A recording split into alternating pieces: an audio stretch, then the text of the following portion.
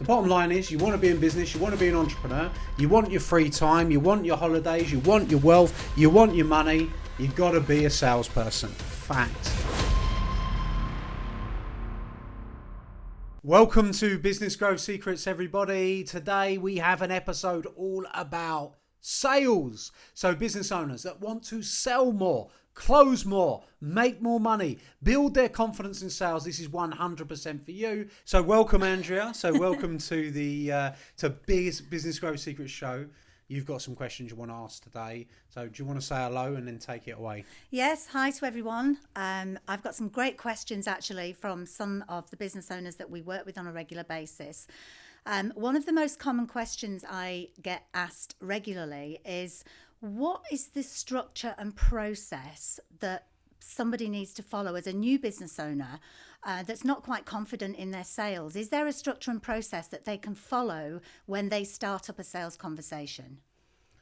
So absolutely. And this question, we have to dissect the question a little bit. Is there a structure and process? Yes.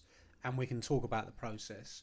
Is there a mindset for selling? Yes. Is there a mindset for your products and services? Yes. It's a big topic. Yeah. So I think that the first part, is it led more, how does someone build confidence? Is it led more around what is the structure? You know, a bit more context on how that's come in. What do you think? I think one of the common problems is they don't know how to start the conversation. They don't know how to open it. They don't know what kind of questions they're asking, and they don't have any confidence in themselves to ask those questions because they're frightened. They have a fear around the asking the right questions and not getting the right information back from the client. I actually think it's really hard, and I'll tell you why I think this topic's really hard. It's something that I say it's really hard. I think it's really hard for a lot of people coming into business. Yeah. It was really easy for me, and the reason it was really easy for me is because my whole career prior to starting a business was all in sales. And I actually think this is a big problem for business owners, that they come into a business they've never sold before. They've usually worked for somebody else. They're not typically a salesperson, and then they spend a lot of time building the product out, getting really good at the accounting, the processes, all the different stuff. You know, when you look at the business, they might really do well with their marketing, but they hate sales. They might really do well with their business strategy, but they hate sales. They might do really, really well with looking after their numbers, but they hate sales. They might build an amazing product, but they hate sales. And the problem is, and I'd call it the law of the lid, you know, whatever skill set that you are deficient in will put a lid over your ability to progress. And the thing about selling, when we talk about the law of the lid, is selling is the one that puts the lid on the startup business from the very beginning. Because if you can't sell, you ain't going nowhere. Exactly. Right? Like literally. And if you cannot sell, if you can't go and have conversations, your business will not grow. So I think I've got so much advice on this topic. It's insane. The first bit of advice I would give to all business owners that are struggling with sales: give yourself permission to suck at it. Like, don't worry about the fact you ain't good at it. It doesn't matter. You know, the way that you can actually get quite good at it is not caring if you're good at it. Because the first thing you've got to do is drop the anxiety, drop the fear, and just say, you've got two choices, because this is reality. You've got two choices. You've got to sell, or choice number two is your business is going to fail. Yeah, right, sure. And let that drop with the people who are watching. If you do not sell, your business is going to fail. So I'm now presuming that you're on board and you don't want your business to fail. Hopefully that is the case. Or you could disagree with me and you could go, no, I don't really think that's the case. I do e-commerce. I don't need to sell. Or, yeah, but, you know, I don't really need to sell because my product's really great. Or you can come up with whatever sort of reason you want to disagree with me. But whatever point, there will come a point in your business where you have to sell. And because of your reluctance to sell or to embrace a skill set, your business will fail. So the bottom line is, you want to be in business, you want to be an entrepreneur, you want your free time, you want your holidays, you want your wealth, you want your money, you've got to be a salesperson. Fact. And it's an identity that people got to take on board. So first of all, let's take the identity on board. So, okay, I am a salesperson for my business. And at the beginning, you're probably the only salesperson for the business. So the first thing you've got to do is take the identity. Secondly, you've got to say, okay, I might not be very good at this today. And that's okay. And I might not be very good at it tomorrow. That's okay. Yeah. Next week, that's okay. Next month, that's okay. But the only thing that is not okay is if I don't try. So if I don't go and have conversations with people. So you've got to try and you've got to go through that. Now, a few things you can do to make it easier. So that's like the mindset stuff, really basics. Step one, you've got to understand that you've got to sell in order to be able to succeed. Or you accept failure. Step two, you've got to allow yourself to know that it's okay, I'm not great at this to start with. And then you're going to build forward and you're going to become better. And then step three is like the law of conversations. You now need to go and speak to as many people about your products or service as humanly possible in order to spread the word, build the conversations, and you just need to ask some basic questions. So imagine you went out and you spoke to, and this is not advanced stuff. This is you suck at sales. Basic stuff. This is like you suck at sales. You hate sales. You can't sell for toffee, and you need some basic and like there's loads of people like that, by the way. There's loads, right? So for the people like that, go and speak to loads of people, but just add one thing. So you go and you talk to them. You're at a networking event, and I do coaching and I help people to get healthier, and I help them with their nutrition. Whatever you do, I help them. I'm a personal trainer. I help it. Just ask the question: do you know someone that can benefit from that? That's a good question, actually. And the bottom line is, well, actually, you know what? I'm not really training very hard at the moment, and then basically one or two things happens. If they are not interested in what you do, absolutely zero interest in what you do, they're going to go, nah, I can't really think of anyone at the moment. Yeah. That's it. You got three answers. My Aunt Sally needs that, which means they're not interested, but they think Sally might be. No, I can't really think of anyone that can at the minute. No problem. If you do know someone, let me know, is all you need to respond. Or thirdly is, you know what? Actually, I would be quite interested in that. And now you've got a lead. And you've got a buying question, so how does that work? And then you can move people on. But that is, look, we're not talking advanced stuff. I'm talking you suck at sales and you just got to talk more about your business and ask a simple question. Hey, do you know someone that can benefit from that? And then they'll tell you, right? And you're not getting rejected because you're avoiding the rejection. Yeah. Because you're not actually saying, Andrew, do you want that? Because people just ain't got the balls to say, do you want it? And if they had the balls to say that, they'd probably get a few people to say yes. Now, this is the irony. No matter how bad you are at sales, if you just talk to more people, you would sell more. No matter how bad you are. It's practice as well, isn't it? It's practicing. Absolutely. So that's the kind of the next thing that I would say to people. And then, we've got to build forward from there. So at this point, I want to diverse a little bit. And I want to go back to when I was horrendous at sales. And I'll talk when I was 18 years old. Now, as it stands today, I've sold £100 million worth of products online, cars, automotive, marketing, events, coaching, just been doing it for decades and decades, right? So I can sell pretty well. I sell from stages very, very, very, very well to hundreds of people at once, as well as, I've done more one-on-one sales than you shake a stick at. You sold to me. Yeah, so I sold to you as well. So the bottom line is I know a little bit. It's not my first rodeo, right? Yeah. Which is what I want to say. But if I took you back to when I was 18 years old and I knew nothing about sales and I would have, if you'd have said, Adam, sales, I was what you're talking about. I was terrified of it. And when I was working, so I got the first job I ever had, which was a sales job. And when I took the job, I didn't know it was a sales job. And I worked at a company called Powerhouse. Now, at this company called Powerhouse, it was washing machines, cookers, TVs, toasters, washer dryers, all that kind of business, microwaves. I knew nothing about cookers. I knew nothing about washing machines. Like, literally, I was so young, I just took the job because they had a free coffee machine. And I thought, if I can work inside and I can drink free coffee, I'm winning. That was the level of my ambition, right? So I went in, I got talking. I was absolutely not interested in speaking to anyone. And this lady, Diane, who became like a mentor to me, said to me, Adam, it's really simple. You just walk up, you talk to people, you're friendly to them, and you have a conversation with them, and then they ask you questions about the cooker or the washing machine or the microwave. I'm like, what if I don't know the questions? I say, if you don't know questions, you just say, let me find out, and then you go back and you answer their questions. Yeah. If you do that enough times, you'll know about the cookers and the washing machines and all the rest of it. And she said, oh, and by the way, the more people you speak to, the more money you make. I said, well, no, it doesn't work like that. I get a salary. She was like, no. You get a salary, but everything you sell, you get a percentage of the sale. I was like, really? I was like, yeah. So I'm like, okay. So I go and I start talking to people, and then they say, how does this cooker work? I'm 19. I've never cooked a single thing in my life, right? I'm 18, 19 years. I've never cooked a single thing in my life. I'm like, let me find out. Did exactly what she said.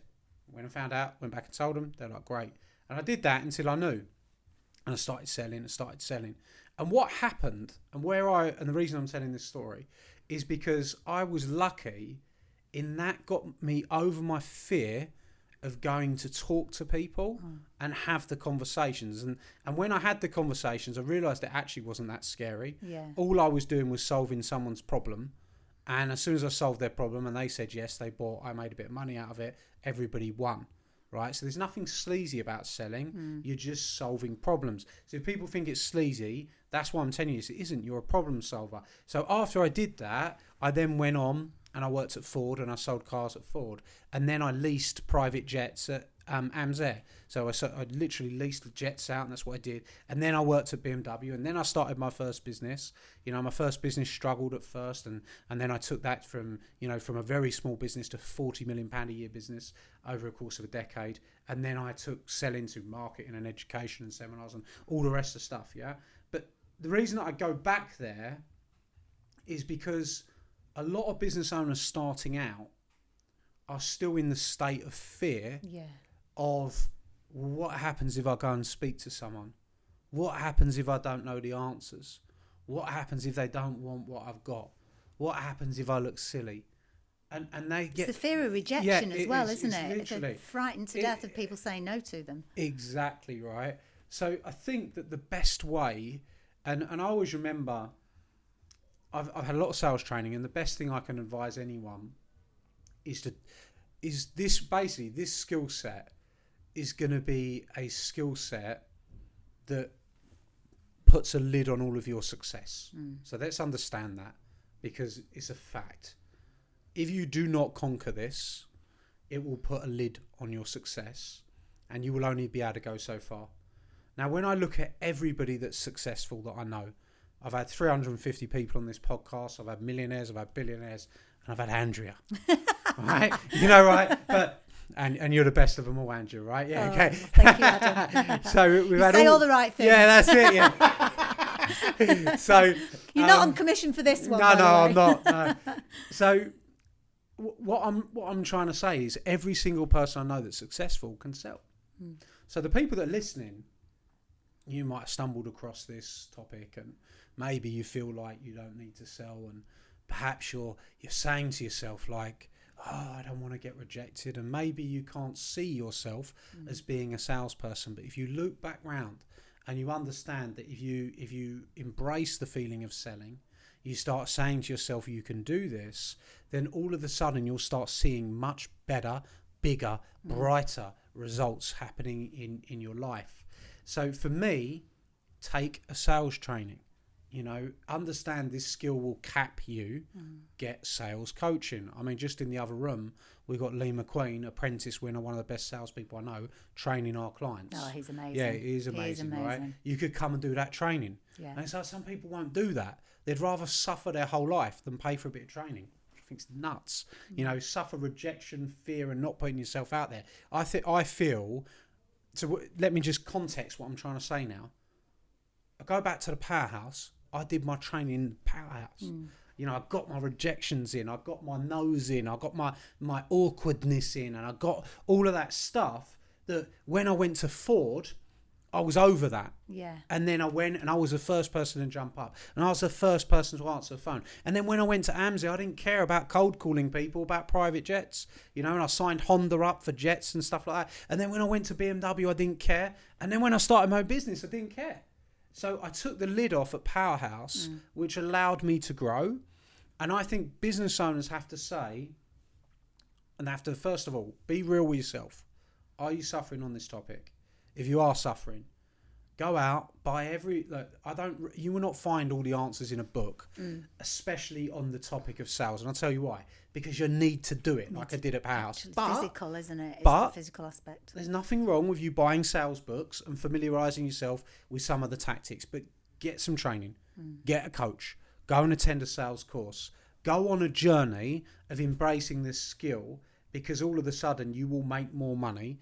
And everything will change for you, and it will be, it would be very, very powerful. So they're the kind of recommendations. I'll give you some other simple recommendations. First person you've got to sell is yourself. So fall in love with your product. If your product sucks, make it better so you fall in love with it. If you don't know how to do that, go and talk to your clients and say, I'm afraid my product sucks. What else do I need to do to make people happy? You got to be please passionate, tell me. Tell me. Oh, we had a big team meeting this morning. I'm just like, every week, what can I do to make my product better? But why do I want to do that? Because it's so much easier to sell something people love, want, need, and are happy with than it is to sell something that sucks. So sell something good, because then you're not even selling it. You're just passionate about it. What would you say are the common mistakes that people make in a sales conversation? What would you say is there anything specific that you would say for them to actually avoid doing? So what are the no's? Yeah, I think today's world is very, very different, and I think that a lot of people actually chase too much. I think consultative selling or consultative selling, to say that correctly, is the way forward. Now that methodology is you are asking questions to find problems to provide a solution. Yeah, and I think a lot of people, when somebody's like, you should do this and you should do that and you should get this, and you can only tell someone what to do if you are the expert and you have authority. For sure. Right? So when you go to the doctor and the doctor says you need to take these pills, you don't go, yeah, well, I don't know if it's right for me. And you just go, okay, doctor, if you're telling me that's why? Because they've got authority. So if you are an authoritative person, you can tell somebody what to do and they will recognise that is good for them. But if you're not authoritative, you need to use a consultation type approach to ask questions to find solutions. So basically, any sale is you sitting down with a prospect, getting to know them, getting to know what their problem is, getting to know what their issue is, and really caring about seeing if you can find a solution for them. Yeah. And if business owners were to do that and they were to slow down, actually, spend more time with their clients, ask better questions, care about the client's results, then you would very, very quickly see that more people would sense that, they'd feel that, and they'd want to do business with you without you having to push them. And it's the listening, isn't it? They've got to listen. Definitely. To the responses that are coming back from the potential client, because that's where a lot of people go wrong, I think, is they don't actually listen to what their client's saying to them, so they're not giving them the right answers. Absolutely. And whenever you're speaking two languages, right? So when you're having a conversation with the clients, the things that the client is saying is one thing, but then you have to remember words are 7%. There's also the tonality they're using, the body language that they're displaying. And really understand that sometimes somebody will say something to you, but that's not actually what they mean. What they mean is something very, very different. So you've got to be able to be really engrossed in the process, understand that you're there to help somebody, and read the cues. And if you don't understand how to do that, that's why I say, this is a skill set that is definitely worth mastering. Yeah. And a lot of people don't know how to do that either. They don't know how to unravel what the client thinks they need and what we think, or you as the salesperson actually thinks they want. They don't know how to do that. Yeah. I mean, look, most of the time, people will say things to a salesperson that they're talking to that are just complete nonsense. They'll go, I need to talk to my other half. They don't need to talk to the other half. You haven't found what it is that person needs in order for them to want to go ahead. You still have resistance there. They're basically saying to you, you haven't convinced me, right? Or they might say, in that case, sometimes they do want to speak to the other half. That's okay. But actually, a lot of the time, it's just, I'm not convinced yet. They might say, I don't know if I can afford this, right? And they very rarely say that, but they do say, I don't know if I can afford this. You've not shown them ways of how they can afford it, Yeah. or how they can save money in order to say yes. If they say to you, let me think about it, they don't want to think about it. They're basically saying, you haven't convinced me that this is the right thing for me to do, and you haven't found out enough about what I want and put a solution in front of me that I'm happy with, that I can say yes to. So you're not giving them the value. You're not getting deep enough into what they need. Yeah. So slow down, ask more questions. Everyone's got a trigger point. You're looking to find what that trigger point is. You're looking to find the pain points, or it could be a pain or it could be a gain, right? So it's one or the other. It's like the thing that you can say that will get them to say yes, or the thing that you can say that will solve their problem to get them to say yes. And you are looking for that during the conversation. And the bottom line is, if you don't find their need and their real need as to why they want to do this, they're not going to go ahead with you. So you need to deep dive enough with someone to find that problem in order to provide a solution. So the main things really for them to focus on are asking the right questions, digging deeper, not rushing the process, and making sure that they're giving the right value so that the client can see the benefit that they're getting from working with that person. Yeah. And care about your client. It's just make your life easier and just say, actually, how can I help this person? Right, forget you. Do you know what the best thing to do is? Take you out of the equation. What you want does not matter. What they want is what matters. And if you take you completely out of the equation and you focus on the needs of the client, and then you position your product as a solution to their need, then the answer will invariably be yes. And being genuine as well. That's crucial, isn't it? I think it goes without saying. Yeah. It's like, just show up as who you are, be who you are, and people will appreciate that and more likely to want to do business with you anyway. So hopefully, I think that's pretty much all the questions for today on this subject, right? Thanks for that. Tell us your thoughts in the comments. Is there anything that you particularly struggle with on sales? Tell us about where you need some help. Tell us if you love sales, hate sales, need help on sales. Do you want to see more episodes on this topic? Tell us in the chat. Tell us the value you're receiving, and we will keep pumping the value. Did you love Andrea? Did you hate Andrea? Cheers, Andrea. No, I'm only joking, right? But I think Andrea asked the questions very eloquently and gave a great narration there. Tell us in the chat. Charlie will be super jealous if everyone says I love Andrea. Sorry, Charlie, you've lost your job. So there we go. And thanks everyone for tuning in today for another great episode of Business Growth Secrets podcast. If you're listening to this online, go and share it with someone that can find some value from it. If you're watching the visual version on YouTube, hopefully you've enjoyed it and you leave a comment. If you're not watching the visuals, go over and watch the visuals. Come and join us on YouTube to check these out as well. And I look forward to meeting you all in person soon and helping you on the next stage of your sales and business journey.